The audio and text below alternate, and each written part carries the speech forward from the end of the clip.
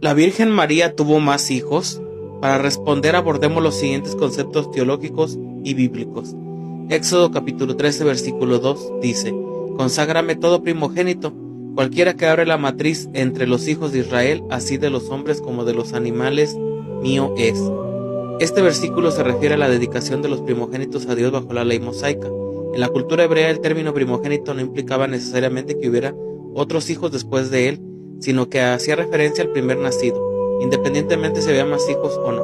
Jesús, primogénito de María, fue consagrado a Dios en el templo, Lucas capítulo 2, versículo 22 al 24, cumpliendo la ley mosaica. Sin embargo, este pasaje no implica en absoluto que María haya perdido su virginidad o que no sea inmaculada. El acto de abrir la matriz es una referencia al nacer y no tiene relación con la perpetua virginidad de María, que es un dogma diferente. El dogma de la virginidad perpetua que María sostiene que María fue virgen antes, durante y después del parto de Jesús. Este dogma no contradice en lo absoluto el hecho de que Jesús fuera consagrado como primogénito. La Iglesia enseña que aunque Jesús nació de María, su nacimiento fue milagroso y no destruyó la virginidad de su madre. San Agustín explica con una hermosa metáfora: así como Jesús resucitado entró en el cenáculo con las puertas cerradas, Juan capítulo 20 versículo 19, su nacimiento no alteró la virginidad de María.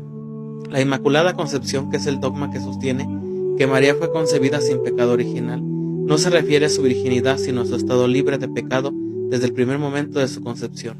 Eso está implícito en Lucas capítulo 1 versículo 28, cuando el ángel Gabriel la saluda como llena de gracia, en griego que charitomene.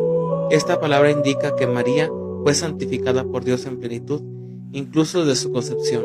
Si María hubiera estado manchada por el pecado original, no podría haber sido llamada llena de gracia desde siempre, en este sentido tan perfecto. Además, en Génesis capítulo 3 versículo 15, Dios promete poner enemistad entre la serpiente y la mujer, y entre su descendencia.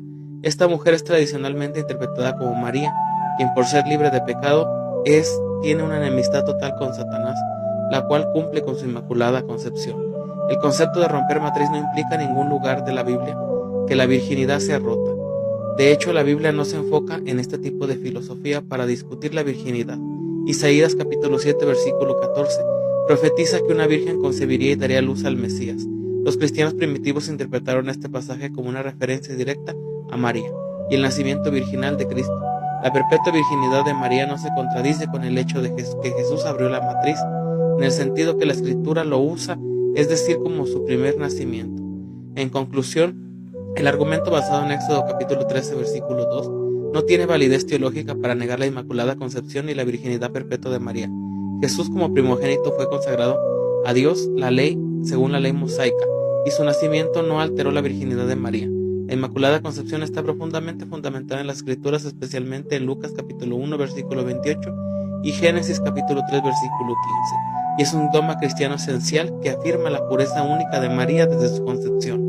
Afirmar que Jesús rompió la matriz de María fue un sentido que se contradice a la virginidad perpetua en un malentendido de las Escrituras y la enseñanza de la Iglesia, que ha defendido desde los primeros tiempos del cristianismo. Vean ustedes hasta dónde manipulan los protestantes la Escritura.